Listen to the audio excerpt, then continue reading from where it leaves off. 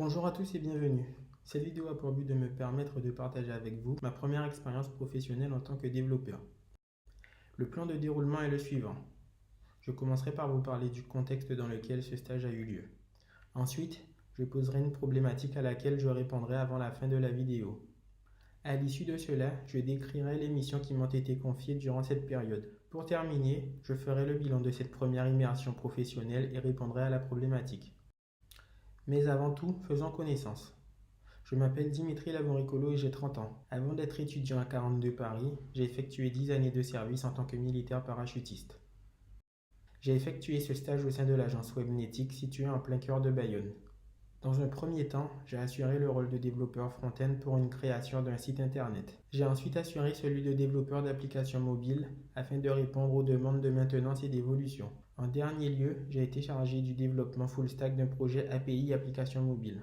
Ce stage intervient dans le cadre du cursus de ma formation d'architecte en technologie numérique. Afin de valider la première année, il est demandé aux étudiants d'effectuer une période d'insertion professionnelle d'une durée comprise entre 4 et 6 mois. J'ai choisi d'effectuer ce stage dans une agence web car j'étais désireux d'en savoir plus sur le fonctionnement, les bonnes pratiques et les techno-tendances du web afin de me faire une idée sur les innovations dont ce milieu pourrait avoir besoin. Je tenais aussi à sortir de ma zone de confort afin d'élargir mon champ de compétences. La problématique à laquelle je répondrai est la suivante. Comment tirer pleinement parti des possibilités qu'offre le web en réduisant les coûts engendrés par les intermédiaires qui se partagent le marché, tout en sécurisant, certifiant et en assurant traçabilité et transparence des échanges entre utilisateurs. Afin d'assurer le lancement de la startup Resto, j'ai développé l'interface graphique de leur site. Resto commercialise une plateforme de type réseau social permettant aux restaurateurs de renseigner les informations de leur établissement. Les clients peuvent ainsi retrouver très simplement un établissement grâce au moteur de recherche. La valeur ajoutée de cette plateforme est qu'elle garantit la validité des avis et notes grâce aux photos de tickets de caisse. Cette première partie de stage m'a permis d'approfondir mes connaissances en HTML, CSS, JavaScript et PHP, de maîtriser le fonctionnement du protocole HTTP et l'interaction avec une API. J'ai ainsi abordé, dans des cas concrets, les notions d'authentification, d'autorisation, de moteur de recherche et de paiement en ligne. J'ai pu prendre en main le framework Symfony 4 et me suis appuyé sur JavaScript pour dynamiser les pages. En parallèle de tout ça, Michael avançait sur le développement de l'application mobile. J'ai ainsi dû me former dans des délais très courts sur les frameworks Angular et Ionic afin de pouvoir continuer l'avancement.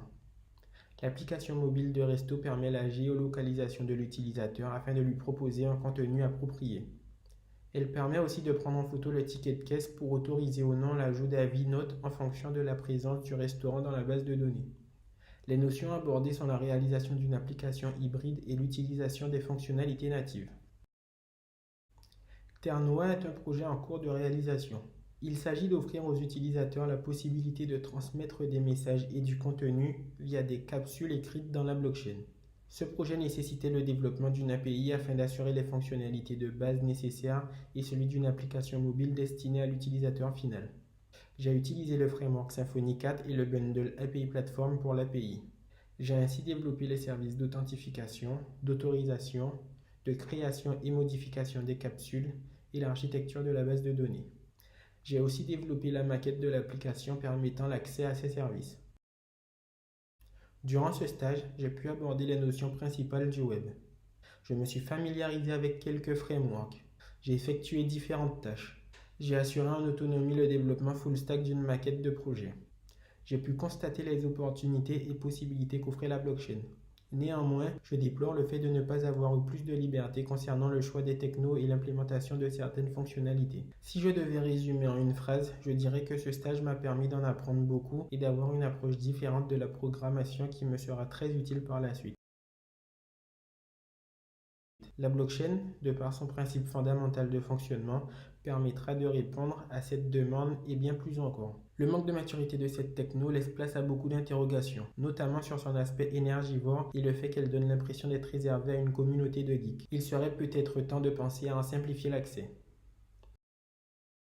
Pour conclure, je vous remercie d'avoir pris le temps de suivre cette vidéo dans son intégralité et espère avoir été assez clair dans mes explications.